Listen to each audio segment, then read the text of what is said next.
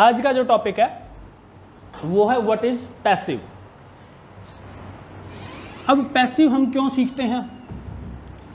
आइल्स का आपका life cycle explain करना है, आपका प्रोसेस एक्सप्लेन करना है, आपका डायग्राम एक्सप्लेन करना है, या आपने किसी टास्क 2 में ऐसे में कोई सलाह आपने देनी है, काज एंड सॉल्यूशन में आपने कोई काज बताने हैं या कोई सॉल्यूशन बताना है, तो वहाँ पर आपका ये पैसिव में सेंटेंस आपने यूज करने हैं। अभी तक जितने भी मैंने स्टूडेंट्स पढ़ाए हैं उनसे जब मैं पूछता हूँ फर्स्ट टाइम कि पैसिव क्या होते हैं, तो आपको जानकर हैरानी होगी। स्टूडेंट का जवाब आता है जी सब्जेक्ट का ऑब्जेक्ट कर दो, ऑब्जेक्ट का सब्जेक्ट कर दो। ये सिस्टम चलता है आपका +2 तक, जब आपने एग्जाम में वॉइस चेंज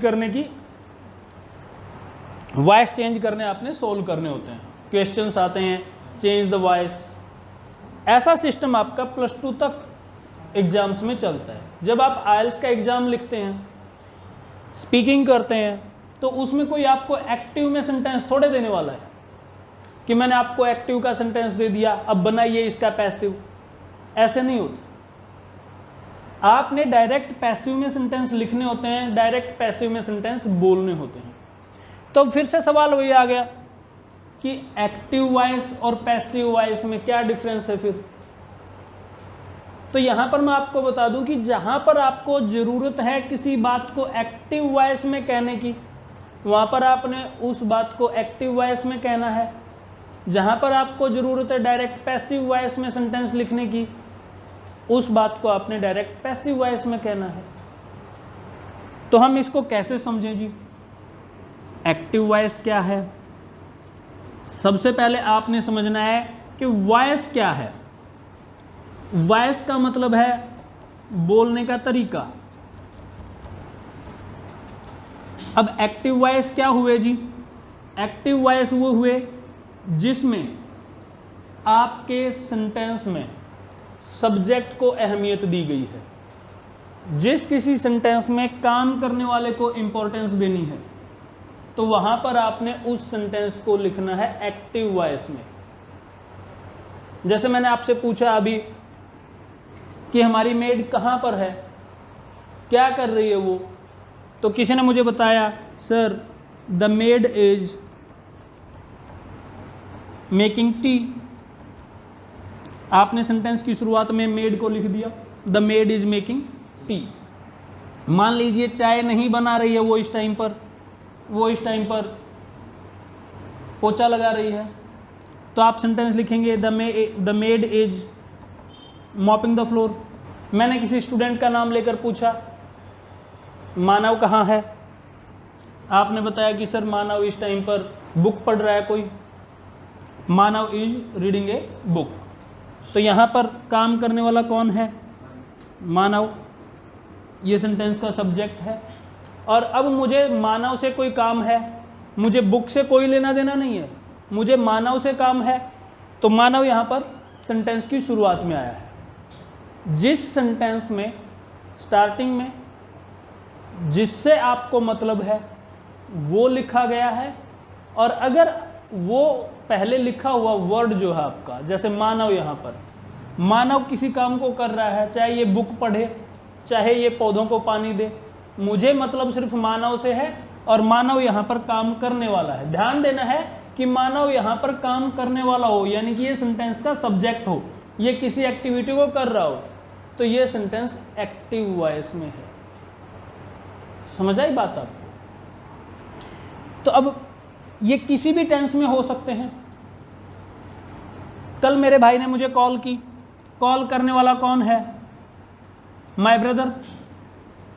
कॉल करने का काम किसने किया? ब्रदर ने किया, पास्ट में किया, माय ब्रदर कॉल्ड मी।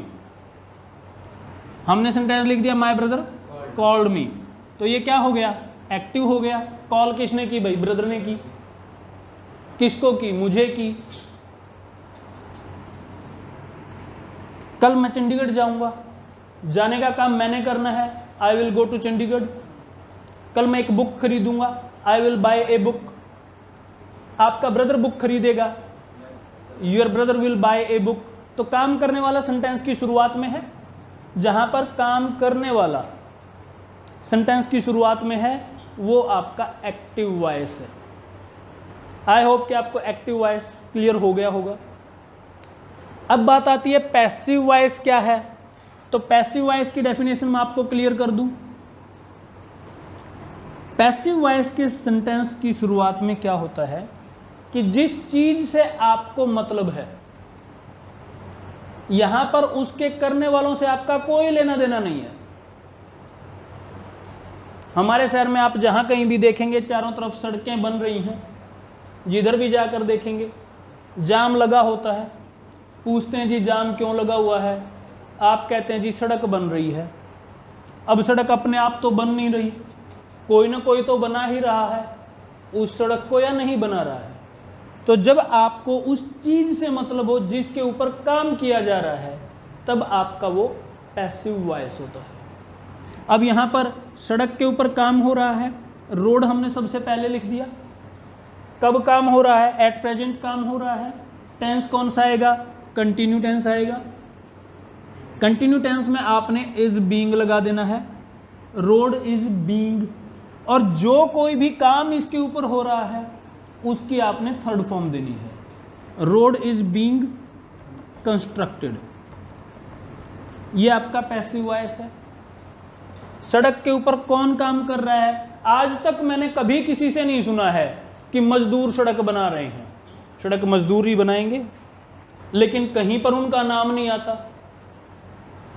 जब किसी फ्लाईओवर का उद्घाटन करना होता है तब भी आप फ्लाईओवर को पहले लिखते हैं कि इस पुल का उद्घाटन मान जोग फलाना फलाना फलाना ने किया, अपने कर कमला नाल किया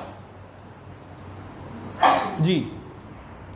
तो वहां पे भी इंपॉर्टेंस पुल को दी गई है, सड़क को इंपॉर्टेंस दी गई है। जिस किसी सीएम ने, जिस किसी पीएम ने उसका उद्घाटन किया, उसको बाद में लिखा गया है। तो यहां पर रोड इंपॉर्टेंट है आपके लिए, रोड इज बीइंग कंस्ट्रक्टेड। इसी तरह से घर में आपके कोई फंक्शन है तो उस दौरान लोगों को आपने चाय सर्व करनी है, चाय इंपॉर्टेंट हो गई उस दिन, बनाने वाले नहीं।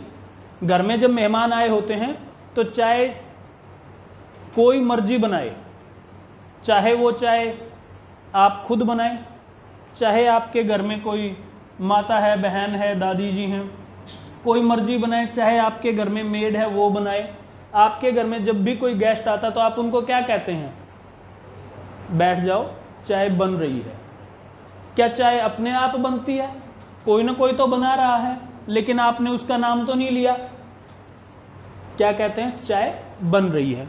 अब जब भी कोई काम लगातार हो रहा है तो आपने ये चीज पकड़ लेनी कि इज बीइंग तो रहेगा ही रहेगा। अब किस चीज के ऊपर काम हो रहा है, चाय के ऊपर, तो हमारे लिए इंपॉर्टेंट चाय हो गई, चाय बनाने वाला इंपॉर्टेंट नहीं है। तो T is being made. I hope कि आपको ये समझ में आ गया होगा।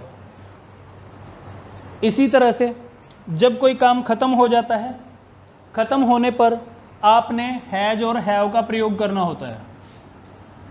इनके साथ आपने बी की थर्ड फॉर्म का प्रयोग करना है। जैसे इज एम आर के बाद आपने बी के साथ इंग लगाया था, बीइंग बन गया था।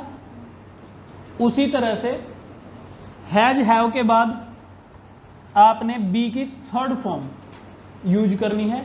और एक बात ध्यान रखना है, जो काम हो रहा है उस वर्ब की थर्ड फॉर्म फिक्स है, वो रहनी ही रहनी है। कल को कई स्टूडेंट्स ये पूछेंगे जी थर्ड फॉर्म दो दो बार, हाँ तो क्या हुआ, रूल है, आने दीजिए। The T is being made को जैसे ही चाय बन के हटेगी, हम कहेंगे जी चाय बन गई है, टी हैज बीन मेड। अब टी के साथ हैज क्यों आया, क्योंकि टी एक अनकाउंटेबल नाउन है। स्टूडेंट्स के ये भी डाउट रहते हैं जी टी के साथ हैज आएगा या हैव आएगा, तो आपको बता दूं टी के साथ हैज आएगा। रोड अगर आपका सिंगुलर है, एक वचन में है, तब भी आपका रोड के साथ है जाएगा, the road has been constructed. आप देखेंगे आजकल शहरों में चारों तरफ फ्लाईओवर बन रहे हैं, the flyover is being constructed, जब तक वो बन रहा है।